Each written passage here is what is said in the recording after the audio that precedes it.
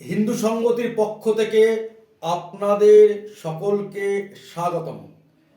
আমরা আপনাদের সামনে একটা উদাহরণ তুলে ধরব হিন্দু সমাজের আত্মবিশ্বাস কিভাবে বৃদ্ধি পাচ্ছে সেই ঘটনা, এবং এই বিষয়ে হিন্দু সমাজের শক্তি বৃদ্ধির ক্ষেত্রে হিন্দু সংগতি নিজের দায়িত্ব কিভাবে পালন করছে সেটা আপনাদের সামনে তুলে ধরব। কয়েকদিন আগের একটি ঘটনা, নদিয়া জেলার একটি জায়গা থেকে একটি বাস আসছিল পূর্ব বর্ধমান জেলার একটি জায়গাতে। বিশেষ কারণে নির্দিষ্ট জায়গার নাম উল্লেখ করলাম না। সেই বাসে একটি রাজনৈতিক দলের একটি মোর্চার জেলা সভাপতি তার নাবালিকা 9 বছরের মেয়েকে নিয়ে আসছিলেন। ড্রাইভারের ঠিক পেছন দিকে তারা ছিলেন এবং সেই ড্রাইভার, জেহাদি বাস ড্রাইভার, ইচ্ছাকৃতভাবে মেয়েটির শরীরের বিভিন্ন অঙ্গে অসৎ উদ্দেশ্যে হাত দিয়েছে, শ্লীলতা হানি করেছে।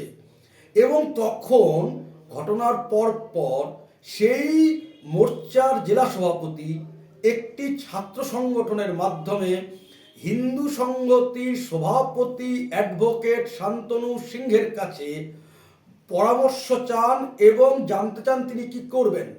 হিন্দু সংগতির সভাপতি তাকে সম্পূর্ণ সাহস দিয়ে বলেন, আমরা আপনার পাশে আছি, থাকবো, আপনারা এটার প্রতিকার না করে ছাড়বেন না। এবং বাসটি যখন সেই ওই বিশেষ সম্প্রদায়ের এলাকা অতিক্রম করে হিন্দু এলাকাতে আসে, তখন হিন্দু লোকেরা ওই বাস ড্রাইভারকে, জেহাদি বাস ড্রাইভারকে ইচ্ছে মতন প্রহার করে। তারপরে পুলিশ তাকে ধরে নিয়ে যায়। কিন্তু পুলিশের ওই থানার বিভিন্ন অফিসাররা মেয়ের বাবাকে বোঝায় যে আপনার নাবালিকা মেয়ে, পরে বিয়ে দিতে অসুবিধা হবে, ফলে কেসটা উঠিয়ে নিন। কিন্তু হিন্দু সংগতির সভাপতির পরামর্শ অনুযায়ী থানাতে কেস ডায়েরি লিপিবদ্ধ হয়, পক্সো কেস চালু হয়। এই বিষয়টি হিন্দু সংগতির সঠিক ভূমিকা পালন, হিন্দু সমাজের শক্তি বৃদ্ধির বিষয়টি, যিনি ঘটনাটির সঙ্গে সম্পূর্ণ যুক্ত, হিন্দু সংগতির সভাপতির মুখ থেকে আমরা শুনব। নমস্কার। আমরা বেশ কয়েকদিন ধরে আমরা কথাটা ব্যবহার করলাম, তার কারণ গ্রামে গঞ্জে মাটিতে মাঠে আমরা হিন্দু সংগতির কর্মীরা কাজ করছি। তাই বিভিন্ন জায়গায় দেখতে পাচ্ছি যে হিন্দুদের পক্ষে বেঁচে থাকার একটা বড় সমস্যা হচ্ছে, এক, আমরা সংগঠিত নই, দুই, সংগঠিত শক্তি বারবার আমাদের ওপর আক্রমণ করছে এবং সেখানে প্রশাসনের ভূমিকা অদ্ভুতভাবে নীরব অথবা অদ্ভুতভাবে বিরুদ্ধে। কয়েকদিন আগে নদিয়ার একটি তীর্থস্থান থেকে একটি বাস আসছিল পূর্ব বর্ধমানের একটি মফস্বল শহরে। বাসে ভালোই ভিড় ছিল।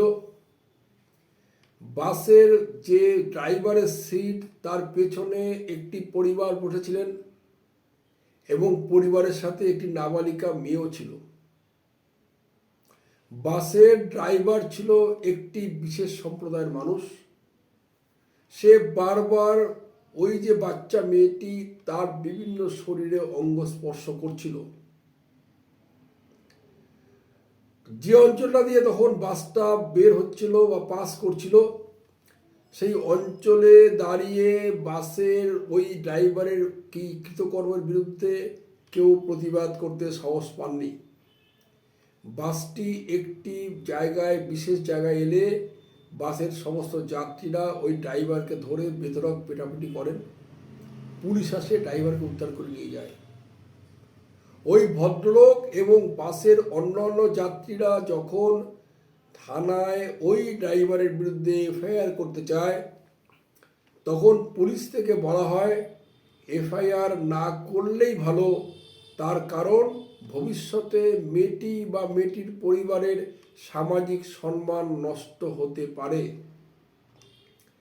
তার সাথে আরেকটি কথা বলেছিল যে এগুলো মিটমাট করে নেওয়াই ভালো। তাহলে আগামী দিনে কোনো রকম আইনি জটিলতায় এদের পড়তে হবে না। কিন্তু ভদ্রলোক জেদ ধরে থাকেন, তিনি এই ব্যাপারে মামলা করবেনই করবেন। বিদ্যার্থী পরিষদের একজন প্রাক্তন কর্মী, তার মাধ্যমে ভদ্রলোক আমার সাথে যোগাযোগ করেন। ওই ভদ্রলোককে সেদিনের আগ পর্যন্ত আমি চিনতাম না। ভদ্রলোকের জেদাজেদির ফলে পুলিশ ওই যে ড্রাইভার তাকে গ্রেপ্তার করে এবং পক্সো ৮ নম্বর ধারায় মামলা করে। এখনো ওই ড্রাইভার জেলে আছে, যদিও তাকে ছাড়িয়ে নেবার জন্য বিভিন্ন মহল থেকে চাপ সৃষ্টি করা হচ্ছে ওই ভদ্রলোকের ওপর।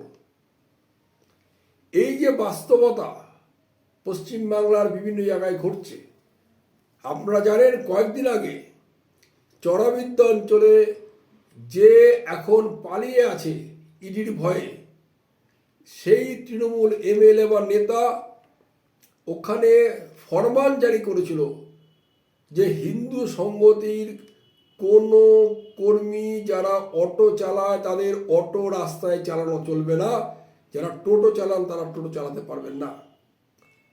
আমরা হিন্দু সংগতির তরফ থেকে বাসন্তী থানার ওসির সাথে যোগাযোগ করেছিলাম এবং পরিষ্কার বলেছিলাম, যদি অশান্তি চান তাহলে আপনারা এই যে যারা সন্ত্রাসী তাদের কথা মেনে নিয়ে তাদের কথায় চলে আমাদের অটো বা টোটো বন্ধ করুন। কিন্তু আমরা কিন্তু এটাকে সহজে ছেড়ে দেব না। এখনও পশ্চিমবঙ্গটা পশ্চিম পাকিস্তান বা পশ্চিম বাংলাদেশ হয়ে যায়নি। ওসি আশ্বাস দিয়েছিলেন এবং সেই আশ্বাসের পরিপ্রেক্ষিতে আমরা অটো টোটো আমাদের কর্মীরা চালাতে পেরেছেন। মাত্র কয়েকদিন আগে হরিহরপাড়া একটা ঘটনা ঘটেছে, আপনারা জানেন, মুর্শিদাবাদে। সেখানেও আমরা ওসিকে পরিষ্কার বলেছিলাম যে এই ঘটনার পরিপ্রেক্ষিতে 2021 সালের নির্বাচনের পরবর্তীকালে যেভাবে হিন্দুদের ওপরে আক্রমণ করা হয়েছে, হিন্দুদের বাড়িঘর ভাঙা হয়েছে, সেরকম যদি হরিহরপাড়ায় ঘটে তাহলে কিন্তু আমরা এটাকে অনেক দূর নিয়ে যাব এবং ওরকম ঘটনা ঘটতে পারে জেনে বা বুঝে আমরা পুরো ঘটনাটাকে হিউম্যান রাইটস কমিশন দিল্লির কাছে জানিয়েছিলাম। এখন পর্যন্ত ওইখানে রাস্তায় মৃতদেহ নামিয়ে মিছিল করে, মিটিং করে, রাস্তা অবরোধ করে তারা হিন্দুদের বিরুদ্ধে বিষোদ্গার করেছেন, কিন্তু কোনো বাড়ি বা ঘর এখনো ভাঙা হয়নি।